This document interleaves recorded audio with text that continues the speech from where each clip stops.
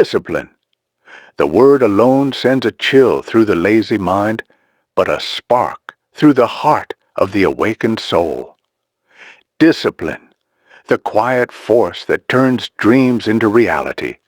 The invisible bridge that carries you from desire to destiny.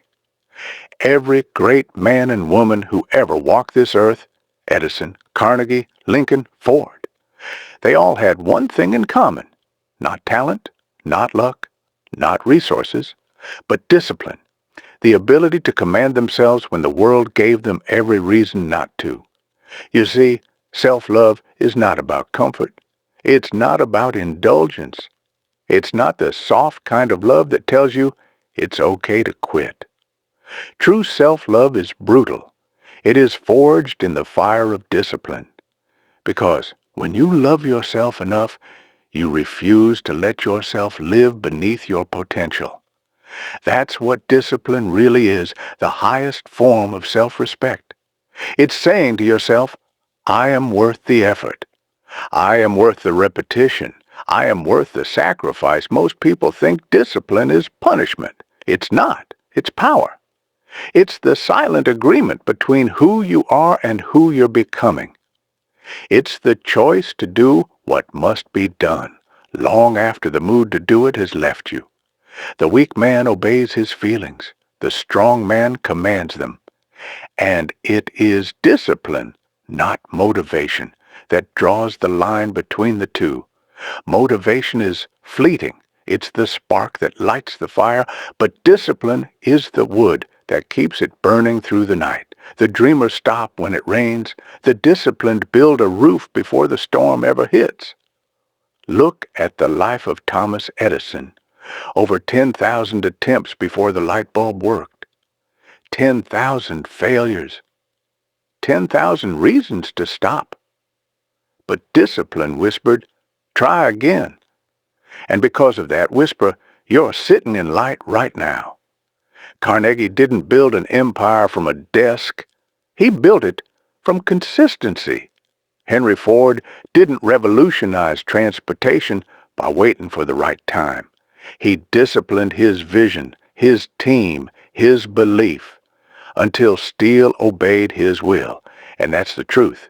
When you are disciplined, the universe eventually obeys you. Because discipline is alignment. It brings your thoughts, emotions, and actions into perfect harmony with your purpose. Without it, your potential leaks. Your dreams remain half-built monuments to what could have been. You can love yourself with words, or you can love yourself with action. The first fades when life gets hard. The second transforms everything it touches. Discipline is waking up when you said you would. Discipline is showing up when nobody claps for you. Discipline is doing it scared, tired, uninspired, uncertain, but still doing it. Because your future depends on your ability to follow through when no one is watching. You want to change your life? Then stop negotiating with your excuses. Stop treating your emotions like they're the voice of truth. They are just noise, the echoes of an undisciplined past. And you don't owe them obedience anymore. Every morning you face two choices: to indulge the old version of you, or to invest in the future version waiting for you to rise. The one who wins is not the one with the most energy or talent or time. It's the one who decides, truly decides, to follow through no matter what. Because that decision rewires your mind. It tells your subconscious, we are serious this time. And when your mind believes that, everything changes. The path to greatness is not built on grand gestures. It's built on small, disciplined acts repeated until excellence becomes your nature. Every repetition is a vote for your future. Every habit is a brick in the foundation of your destiny. You want love? Discipline yourself to give it first. You want success? Discipline yourself to earn it daily. You want peace? Discipline yourself to guard your mind from chaos. You want power? Discipline yourself to master your impulses, because every area of life bends to the one who has mastered himself. The undisciplined man is a slave to his moods. The disciplined man is a master of his fate. Think of a seed buried underground. It doesn't complain. It doesn't compare. It grows quietly, persistently, pushing through dirt, stone, darkness, because it knows there's sunlight waiting on the other side. That's discipline. Doing the work in silence because you trust the reward is real. You see, discipline is not cold or mechanical. It is sacred. It is the art of showing love to your future self. When you work out, even when you're exhausted, that's self-love. When you say no to distractions, that's self-love. When you study, practice, sacrifice, and commit, that's self-love. Because you're building a future version of you who will thank you for not giving up. Most people sabotage themselves because they confuse temporary pleasure with permanent peace. They chase what feels good now instead of what will feel great forever. They eat for comfort, not for strength. They spend to impress, not to invest. There's a reason the few rise while the many drift. It's not luck. It's not chance. It's not fate. It's the quiet decision to become something more, long before the world ever recognizes it. Most people wait for success to come knocking. They wait for the perfect timing, the right connection, the lucky break. But success doesn't arrive like a guest at your door. It's forged in thought, in action, in discipline, in belief. You don't attract success. You become it. The world will always tell you to chase. Chase money, chase recognition, chase approval. But the man who chases is already declaring he does not have. And what you declare, you live. The one who becomes success doesn't chase. He magnetizes. He doesn't beg for opportunity. He creates it. You see, success is not a reward for the lucky. It's the reflection of identity. It's the outer echo of the inner voice that says, I am ready. Everything you want exists within that transformation from wanting to being. Thomas Edison didn't wait for light to reveal itself. He became light. He failed over 1,000 times, not because he enjoyed suffering, but because he identified with progress. He wasn't searching for success. He was becoming the man capable of creating it. Henry Ford wasn't chasing money. He was building efficiency. Carnegie wasn't chasing gold. He was becoming value. Disney wasn't chasing dreams. He was embodying imagination itself. Every titan of history understood the same law. You don't get what you wish for. You get what you are. The power of thought, the structure of discipline, the clarity of vision. These are not external trophies. They are internal blueprints. And until you build within, you'll never see results without.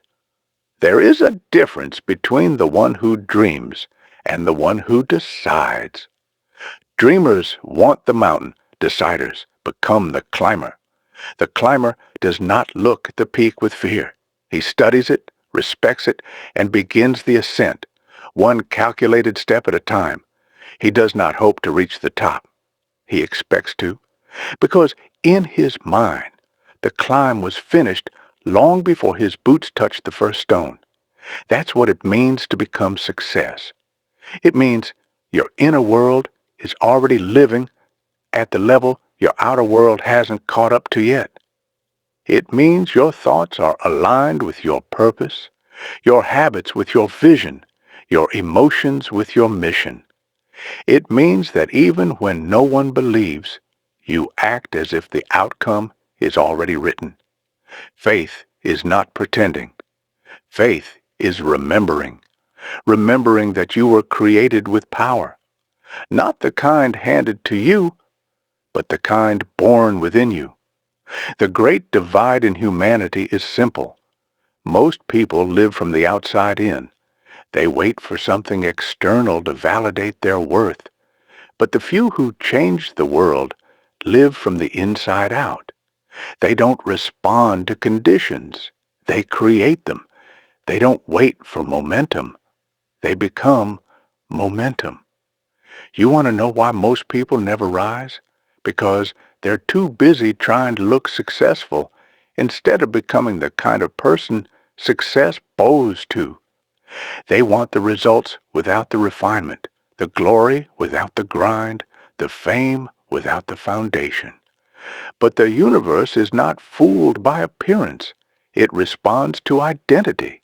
It mirrors your dominant vibration, not your words, not your dreams, but the person you decide to be in secret when no one is watching. Every thought you repeat, every emotion you feed, every action you take, they are bricks in the temple of your becoming. And one day, the world will walk into that temple and call it success. There is no shortcut to this transformation. You cannot wish your way to greatness. You must become great in thought before you are great in reality. And that requires clarity, the kind of clarity most people never dare to find. Clarity is power. It's the difference between motion and direction, between busy and productive, between living by default and living by design. When you don't know who you are or what you stand for, the world will gladly tell you. It will hand you a script written by fear, by comfort, by mediocrity. But when you know your vision, when your purpose burns like a flame behind your eyes, no external storm can drown you. Think of a ship with no compass. It drifts, it moves, but it doesn't progress.